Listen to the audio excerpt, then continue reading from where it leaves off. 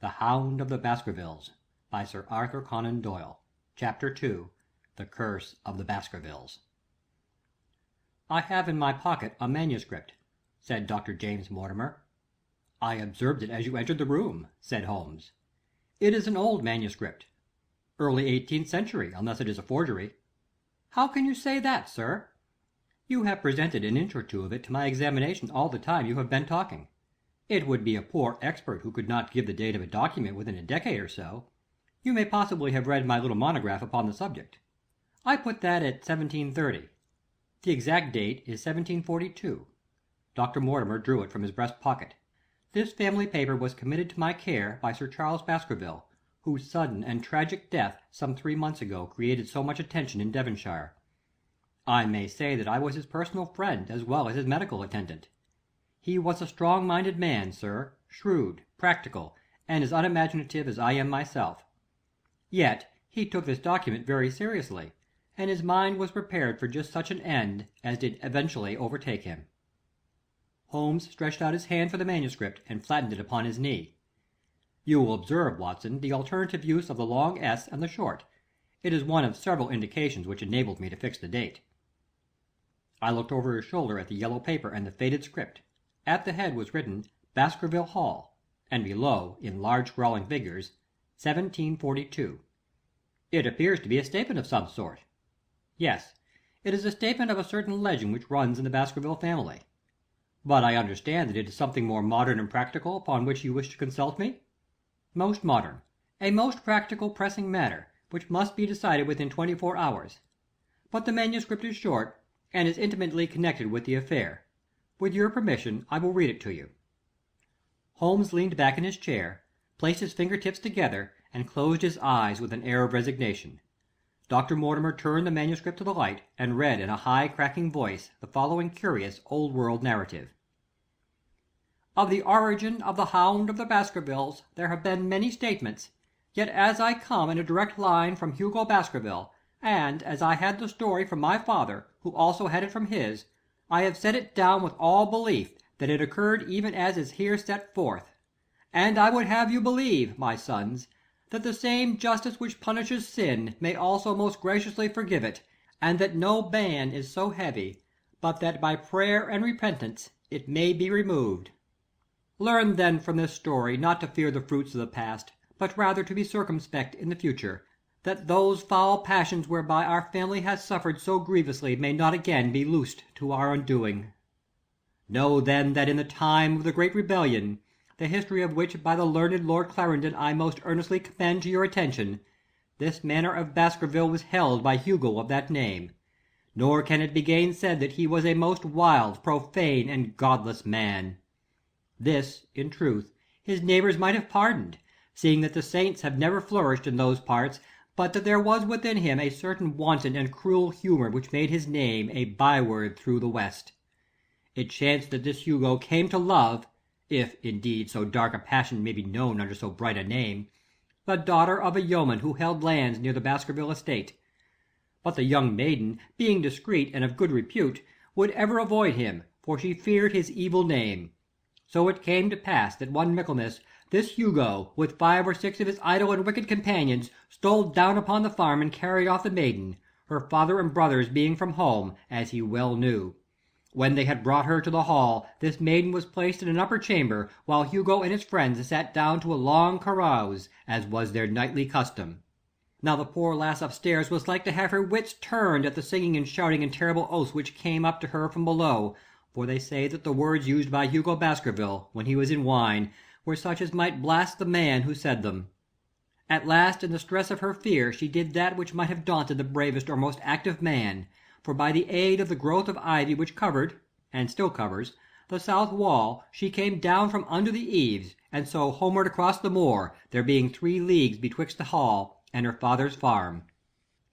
It chanced that some little time later Hugo left his guests to carry food and drink, with other worse things perchance, to his captive, and so found the cage empty and the bird escaped. Then, as it would seem, he became as one that hath a devil, for, rushing down the stairs into the dining hall, he sprang upon the great table, flagons and trenchers flying before him, and he cried aloud before all the company that he would that very night render his body and soul to the powers of evil, if he might but overtake the wench. And while the revellers stood aghast at the fury of the man, one more wicked, or it may be more drunken than the rest, cried out that they should put the hounds upon her. Whereat Hugo ran from the house, crying to his grooms that they should saddle his mare and unkennel the pack, and giving the hounds a kerchief of the maid's, he swung them to the line, and so off, full cry in the moonlight, over the moor. Now for some space the revellers stood agape, unable to understand all that had been done in such haste. But anon their bemused wits awoke to the nature of the deed which was like to be done upon the moorlands. Everything was now in an uproar, some calling for their pistols, some for their horses, and some for another flask of wine. But at length some sense came back to their crazed minds, and the whole of them, 13 in number, took horse and started in pursuit. The moon shone clear above them, and they rode swiftly abreast, taking that course which the maid must needs have taken if she were to reach her own house. They had gone a mile or two when they passed one of the night shepherds upon the moorlands, and they cried to him to know if he had seen the hunt. And the man, as the story goes, was so crazed with fear that he could scarce speak, but at last he said that he had indeed seen the unhappy maiden with the hounds upon her track. "But I have seen more than that," said he, "for Hugo Baskerville passed me upon his black mare, and there ran in mute behind him such a hound of hell as God forbid should ever be at my heels." So the drunken squires cursed the shepherd and rode onward. But soon their skins turned cold, for there came a galloping across the moor, and the black mare, dappled with white froth, went past with a trailing bridle and empty saddle. Then the revellers rode close together, for a great fear was on them, but they still followed over the moor, though each, had he been alone, would have been right glad to have turned his horse's head. Riding slowly in this fashion, they came at last upon the hounds. These, though known for their valour and their breed, were whimpering in a cluster at the head of a deep dip, or goyle, as we call it, upon the moor, some slinking away, and some, with starting hackles and staring eyes, gazing down the narrow valley before them. The company had come to a halt. More sober men, as you may guess, than when they started. The most of them would by no means advance, but 3 of them, the boldest, or it may be the most drunken, rode forward down the goyle. Now it opened into a broad space, upon which stood 2 of those great stones, still to be seen there, which were set by certain forgotten peoples in the days of old. The moon was shining bright upon the clearing, and there in the centre lay the unhappy maid where she had fallen, dead of fear and of fatigue. But it was not the sight of her body, nor yet was it that of the body of Hugo Baskerville lying near her, which raised the hair upon the heads of these 3 dare-devil roysters. But it was that, standing over Hugo, and plucking at his throat, there stood a foul thing, a great black beast, shaped like a hound, yet larger than any hound that ever mortal eye has rested upon.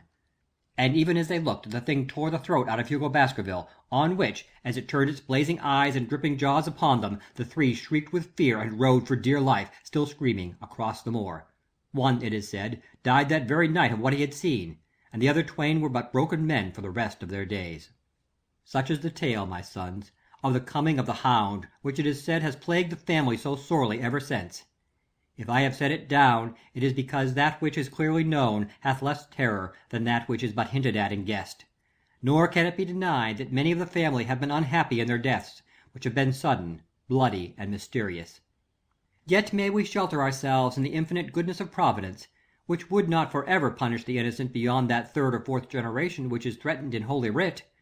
To that Providence, my son, I hereby commend you, and I counsel you by way of caution to forbear from crossing the moor in those dark hours when the powers of evil are exalted.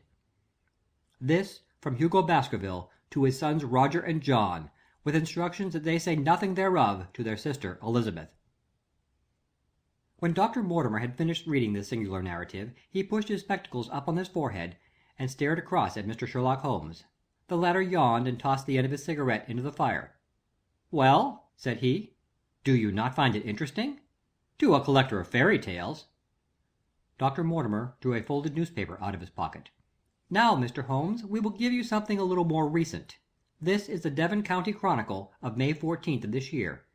It is a short account of the facts elucidated at the death of Sir Charles Baskerville, which occurred a few days before that date." My friend leaned a little forward, and his expression became intent. Our visitor readjusted his glasses, and began. The recent sudden death of Sir Charles Baskerville, whose name has been mentioned as the probable Liberal candidate for Mid Devon at the next election, has cast a gloom over the county. Though Sir Charles had presided at Baskerville Hall for a comparatively short period, his amiability of character and extreme generosity has won the affection and respect of all who have been brought into contact with him. In these days of nouveaux riches, it is refreshing to find a case where the scion of an old county family which has fallen upon evil days is able to make his own fortune and to bring it back with him to restore the fallen grandeur of his line. Sir Charles, as is well known, made large sums of money in South African speculation.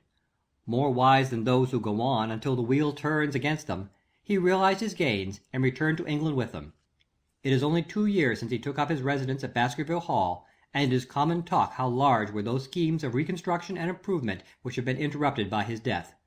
Being himself childless, it was his openly expressed desire that the whole countryside should, within his own lifetime, profit by his good fortune, and many will have personal reasons for bewailing his untimely end. His generous donations to local and county charities have been frequently chronicled in these columns. The circumstances connected with the death of Sir Charles cannot be said to have been entirely cleared up by the inquest, but at least enough has been done to dispose of those rumours to which local superstition has given rise. There is no reason whatever to suspect foul play, or to imagine that death could be from any but natural causes. Sir Charles was a widower, and a man who may be said to have been in some ways of an eccentric habit of mind. In spite of his considerable wealth, he was simple in his personal tastes, and his indoor servants at Baskerville Hall consisted of a married couple named Barrymore, the husband acting as butler and the wife as housekeeper. Their evidence, corroborated by that of several friends, tends to show that Sir Charles's health has, for some time, been impaired, and points especially to some affection of the heart, manifesting itself in changes of colour, breathlessness, and acute attacks of nervous depression. Dr. James Mortimer, the friend and medical attendant of the deceased, has given evidence to the same effect. The facts of the case are simple. Sir Charles Baskerville was in the habit every night before going to bed of walking down the famous yew alley of Baskerville Hall. The evidence of the Barrymores shows that this had been his custom. On the 4th of May, Sir Charles had declared his intention of starting next day for London, and had ordered Barrymore to prepare his luggage. That night he went out as usual for his nocturnal walk, in the course of which he was in the habit of smoking a cigar. He never returned. At 12 o'clock, Barrymore, finding the hall door still open, became alarmed, and, lighting a lantern, went in search of his master. The day had been wet, and Sir Charles's footmarks were easily traced down the alley. Halfway down this walk there is a gate which leads out on to the moor. There were indications that Sir Charles had stood for some little time there. He then proceeded down the alley, and it was at the far end of it that his body was discovered. One fact which has not been explained is the statement of Barrymore that his master's footprints altered their character from the time that he passed the moor gate, and that he appeared from thence onward to have been walking on his toes.